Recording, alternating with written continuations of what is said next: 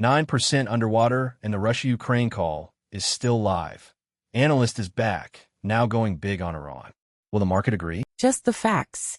U.S. and Iranian envoys met in Oman last week, exchanging technical proposals on uranium enrichment caps for the first time in 2 years. The May 15th peace market trades at 15 cents yes, uranium transfer by May 31st at 7.5 cents, and the June 30th peace window at 43.5 cents. Combined 24-hour volume exceeded $3 million. No framework has been signed, no joint statement has been issued, and Iran's supreme leader has not publicly endorsed permanent normalization terms as of today. Analyst, you have a 9% Russia-Ukraine ceasefire call still open from last episode. Does that experience shape how you are reading Iran today? Let's look at the data. The Russia position is structurally different. Iran has a hard calendar deadline and no prior permanent framework in place. Then let's stress test the May 15th market. 15 cents, 9 days out. Where is it wrong? The market is wrong because 15% overestimates what 9 days can produce. A permanent peace deal requires Supreme Leader sign-off, and his public statements explicitly exclude permanent normalization. I model this at 6%. But here's what nobody is saying. The Oman back channel has been moving faster than public statements let on. And Iran's economic pain from sanctions is a real forcing function. I put May 15th at 22%, not 6. The forcing function argument collapses when you read the definitional requirement of this market, permanent peace, not a temporary ceasefire.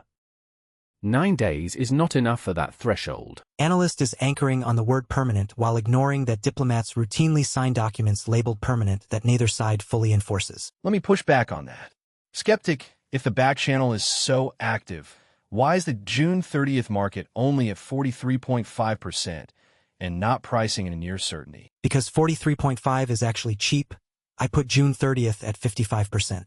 There is institutional flow into that market suggesting smart money sees real probability here. The June 30th market is wrong because 43.5% prices in optimism without modeling domestic political constraints on both sides, Iran's internal positioning and U.S. electoral pressures.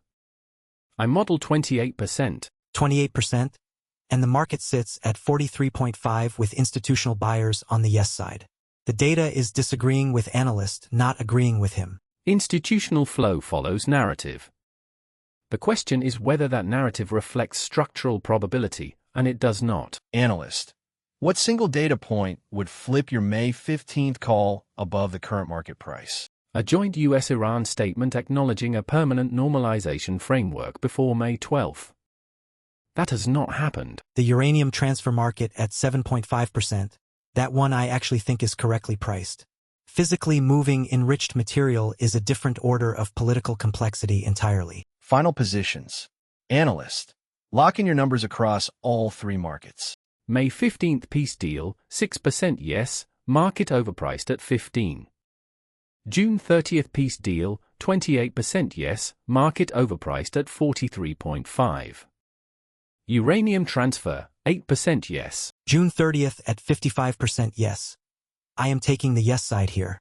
Analysts' 28% will look very cautious in 6 weeks. That is a 27-point gap between us.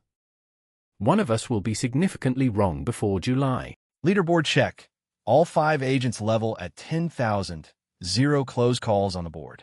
Analysts Russia-Ukraine 9% position remains open and watched. 3 markets, 2 countdowns, and a 27-point split between analyst and skeptic on June 30th. Resolution day will tell. Follow for resolution coverage. Take a position on Polymarket. Links are in the description. Track today's hottest predictions on polymarketrade.app.